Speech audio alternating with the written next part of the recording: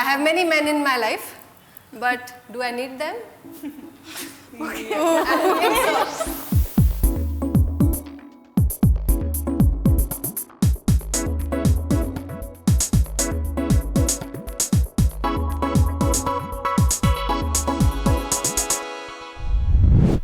Sex education should come from home. 3, 2, 1, go.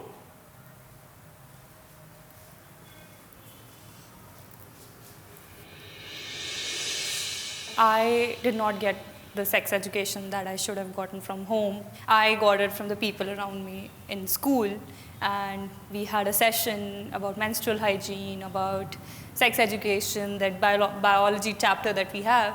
You know, to have people around you and you see this plethora of questions coming up which you did not even think about is not something that comes in the comfort of your home. If you're educated in an environment like that, you will have equally curious people, yes, but you will have equally naive people too. Yeah. So that's why the first knowledge of it has to come from home, because to be very honest, not every school educates on you. You don't have the luxury of having education of it at all. I mean, you can't rely on other people to educate your child about something as important as sexual education or menstrual hygiene. I was not educated on both. I mean, my mom did not say a word to me about menstrual hygiene. I mean, I just went to her and I'm like, "Mom, pad," and she just handed me the pad for the first time. That was it. Having it from home is important because the right kind of guidance, the required kind of guidance, so say at the age of 11, your child might need a different kind of guidance versus he needs at an age of 18. Limiting the thoughts, providing the proper guidance is what a parent will understand as a responsibility, and it can mature and come from other people as well at the right time. I didn't get any kind of sex education. I got information about menstrual hygiene from my mother, but when it comes to sex, it was so taboo in the household that the topic was never, spoken about. To build that bond with your child, it needs to come from home because it's an integral part of who we are, right? It's never going to stop. You cannot stop someone from doing it. If you're doing, might as well, provide all the means necessary. I feel that I belong to a conservative family where I won't get the right kind of guidance and it would be a taboo, like she said. Yeah. I knew that if it came from my mother, it would be like, oh, you're not supposed to have it, it's a bad thing. Yeah, it's shadi ke baad. Dating should remain a Western concept. 3, 2, 1, go.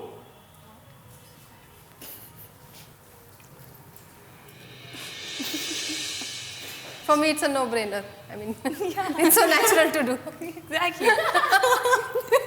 I actually feel like there's a lot of entitlement when it comes to these kinds of statements, that people feel entitled over women's lives or men's lives, that you cannot take this decision without having an approval of someone. Give me other way. How do you actually see compatibility? How do you find out compatibility? I hate the fact that people are like, oh my god, you dated so many men. I'm like, yeah, I'm trying things out. Yeah, I will choose what is best for me. If I did not like the guy, I moved over him. I am skeptical to call myself a feminist. 3, 2, 1, go.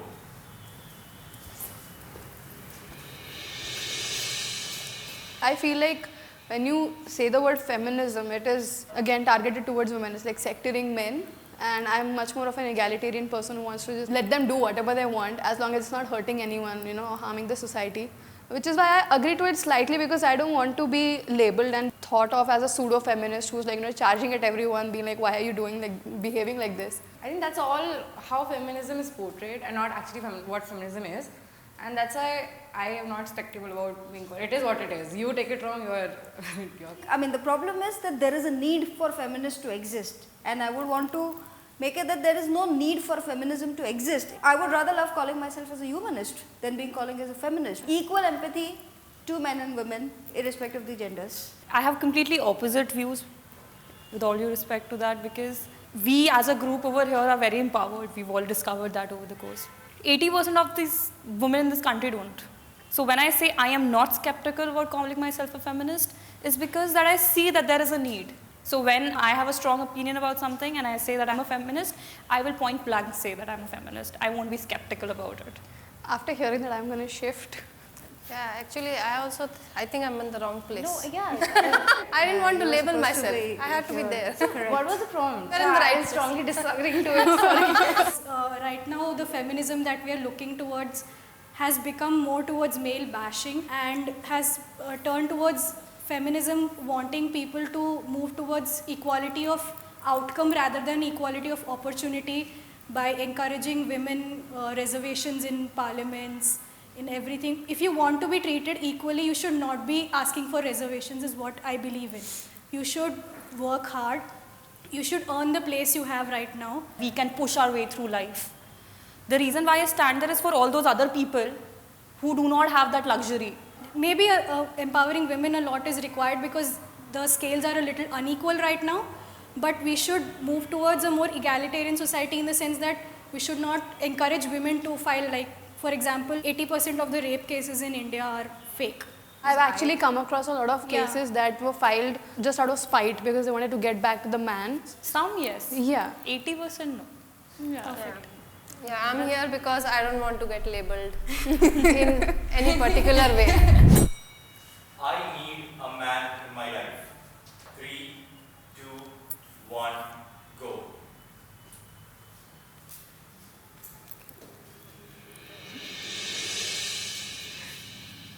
So I think I somewhat need a man because because I recollect for don't other want to be purposes. single for the rest of my life. Okay, and I need a companion who can contribute to my growth and whose growth I can contribute into. I think that is an important criteria to grow and succeed in life. In contrast to this, I don't think it is important for your success to have a partner. Most of the things which life has to offer, I can handle it myself. I just want to share my experiences and to have my personal agent. Personal cheerleader. Yeah. I think I've been blessed with a lot of, people in my life who have stuck by me for all these years. If that continues, I don't need a man in my life. So generally, like men, father, friends, sons, husband. Yeah. I have many men in my life, but do I need them? I don't think so. I can live on my own. And I am like totally opposite. I don't think I can move a step forward without having that companionship in my life. Stereotypical gender roles in marriages exist for a reason. 3, 2, 1, go. Everybody is unique. We should not stereotype anybody, be it in marriage or be it anything.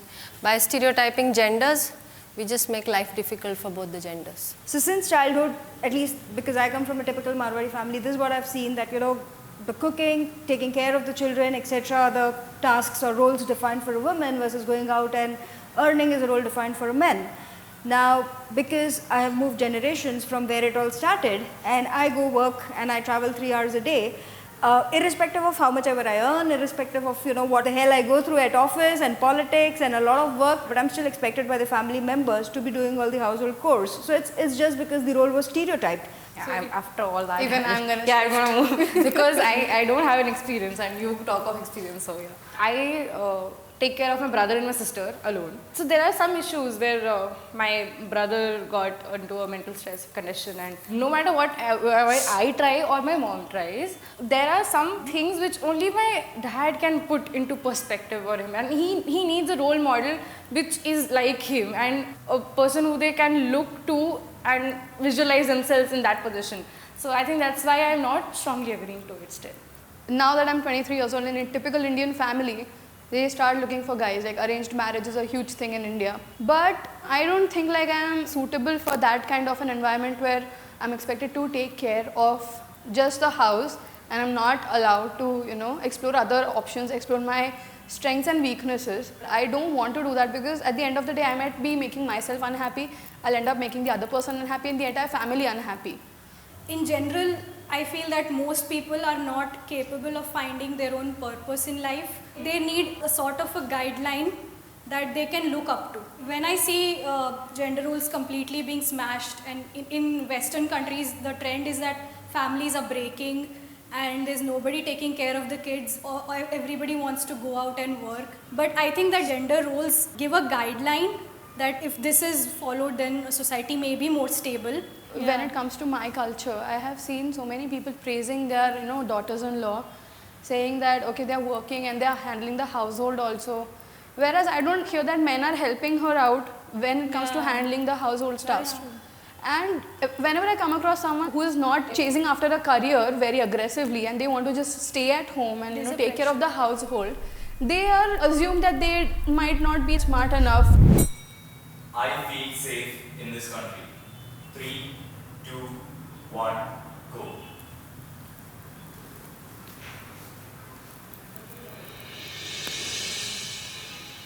I wouldn't want to generalize whether I feel safe in the entire country. I feel safe in certain parts, like Pune is a lot safer as compared to Delhi or UP. So I come from Jhansi, which is a very small town in UP. Again, it has to do with people's education and where they come from or how are they conditioned to be brought up. So I think that plays a vital role, and I for sure do not feel safe in Jhansi or some part of UP. It is also because of my personal experiences in buses or in metros. So overall, I don't feel safe. The reason why I'm here and I'm agreeing to it is that if I go to another country right now, that won't be my home. They might have like more, rules and more safety for women. There will be something or the other bugging me in my head that this is not where I belong. I feel like if we are talking about safety in India, there's a lot to be done. But personally, if you ask me, do I feel safe every day? I do, somehow. I slightly differ because I don't feel safe in the country, and it starts to give me shivers when we hear cases like Nirbhaya, etc. I'm not saying I'm the next Nirbhaya, God forbid, I don't want to be, but I feel that the mindset of the people is a lot to do with the safety you feel here. I've also had a few incidents in some of the safer cities, and that's why I believe that we are not completely safe. Obviously, we are better off than a lot of other countries, but I don't feel safe because I have to be cautious. If I travel in night, I have to know who the cab driver is, if there are any co-passengers. There's always this anxiety in me because I have had incidents happen to me in broad daylight as well. It's also about getting used to, right? So many things we get used to, we don't even notice. Yeah. Right? But like when you said about cab driver and so many things, she realized something. Right.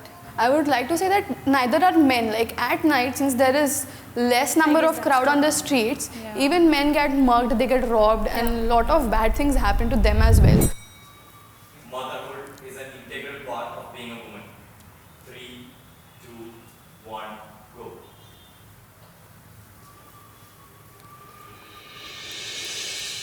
So I have 2 sons, but I don't think it should be an integral part. I chose it, doesn't mean it's an integral part.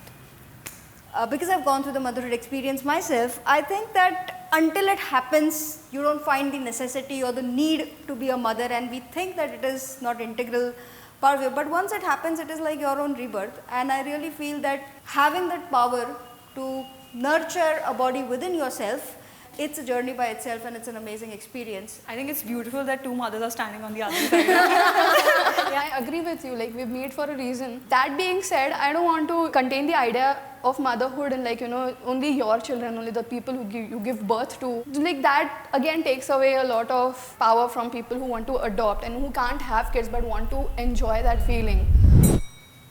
Media is to be blamed for the objectification of women. 3, 2, 1, go.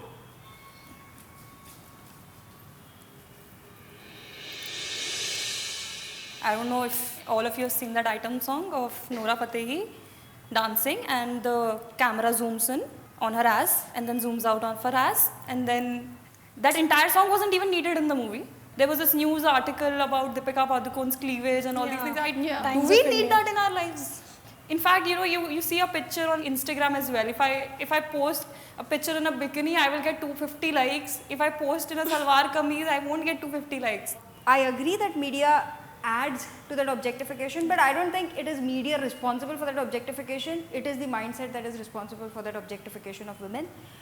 People have taken pleasure in these things, or jo dikhta hai wahi bikta hai. So that is the reason why all of this is happening. I think I agree with you, because if the people do not like it, the media will not portray it as such. I think we should introspect and think about what articles we want I to have a read. counterpoint to you that if media has that power of reaching millions of people and it has been like, paid to do that, why not create awareness against objectification rather than promoting That it? is exactly what I stand for, to be yeah, very like, honest. That like if you use have that much kind platform of for power- something that is not so shallow.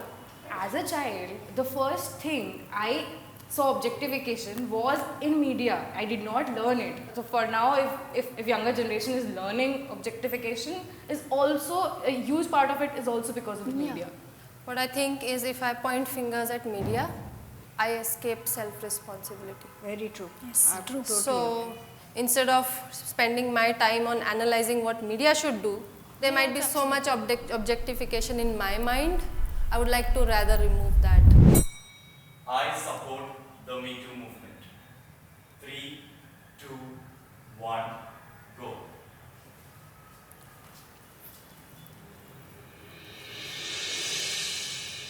Ideally, I somewhat support Me Too movement. I am not a big fan of it though. Many people have compromised on many things to get things out of the way and lead to where they are. But the reason I somewhat agree that Me Too movement was a success is because I feel that at least there's a start of fear in people's mind, right? Yes. So a forum like this never existed. People never came out on social media and said, okay, this is the guy who abused me, etc. But because now this has happened, I am very confident that further to this, if anybody has to abuse a woman's identity, they will fear. For me, I'm a counselor, so speaking up is always the thing.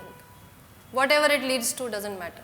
Just speak up. So it actually helped me to speak about my story. Seeing other women speak about it, how this is so common. It is surprisingly baffling how is it common. One day we were just discussing and somebody talked about their horrid experience.